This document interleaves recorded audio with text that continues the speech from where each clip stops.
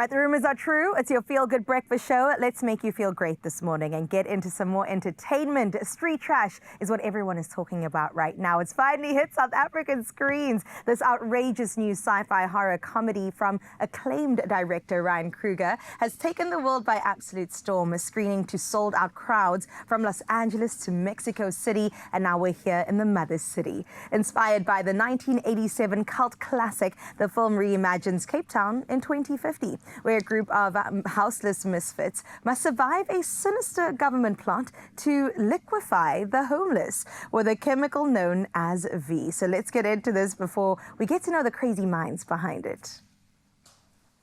Okay guys, so we've got the alleyway over here, the dumpster and the drone. We move out, go down the streets and make sure the cops don't see us and find a place to set up the trap. Chef and board, so you get behind the dumpster and be ready. Whoa. Hold on.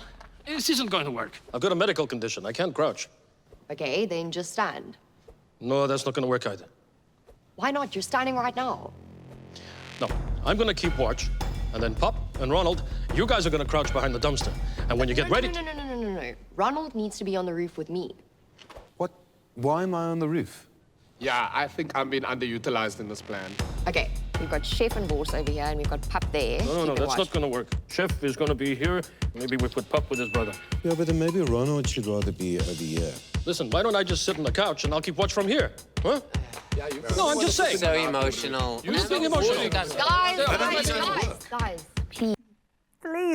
Please, guys, relax. We'll figure out a plan. Okay, we're joined by writer and director Ryan Coogler, producer David Franciscus, and lead actress Donna Cormack-Thompson to talk about this bizarre, but of course very heartfelt and hilarious, messy film come to life. Let's give them a feel-good welcome. Come on.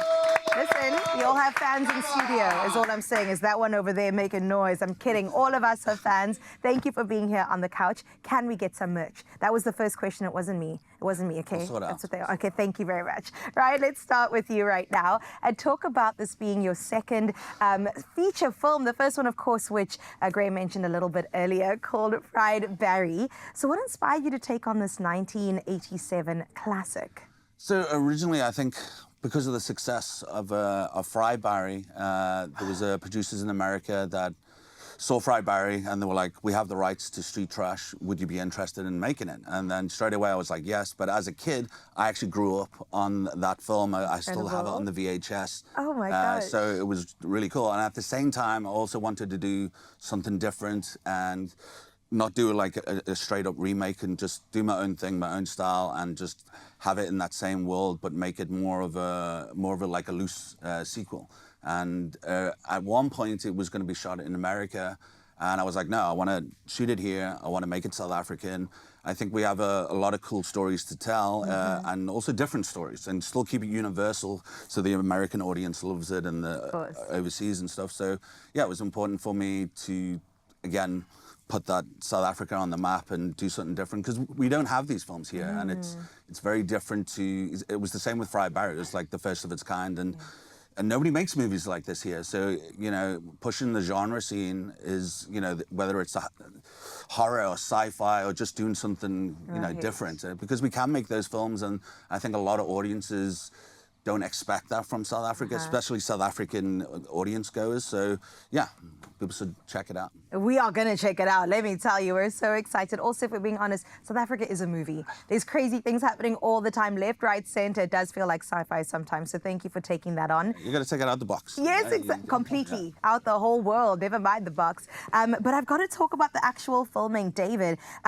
Goo-filled action horror on a 35mm film. So how does this come together? What was the hardest part? Is it going to surprise us? Is it the goo? Is it the people? What's going on there? I'd say one of the hardest things was shooting on 35mm film. And so after 2010, hardly any films are made on film anymore. And so that was such a special thing for us. But also, we'd never shot film before. And so we were really concerned. We were worried. You know, you're shooting on celluloid. It's not digital. There's no backups. So if something goes wrong, if it gets exposed, you kind of lose everything that you've shot. And because we don't have any labs in Cape Town anymore, we had to send it over to London to get processed there. Also risky. It is. So you shoot, 3 days later, you kind of freight it over to London, and then you've got to wait for a week to see what you've shot. So that was really risky, but it all came out really well. And it brought some kind of discipline to set as well, because we were working with these film veterans, you know, guys that used to shoot on film, and so we made all our days, and it all came out really well. Wait, were there any moments that, you know, kind of scared you a little bit, set the filming back because, you know, something got scratched, something got lost? No? I mean, yeah, we had it inevitably will happen. We had 1 or 2 shots that weren't perfect, so we had to, you know, take them again, but that's really good. Usually you have a lot more. And apart from that, I think the really challenging thing about this film was all the prosthetics. So we did everything in camera. There's hardly any VFX.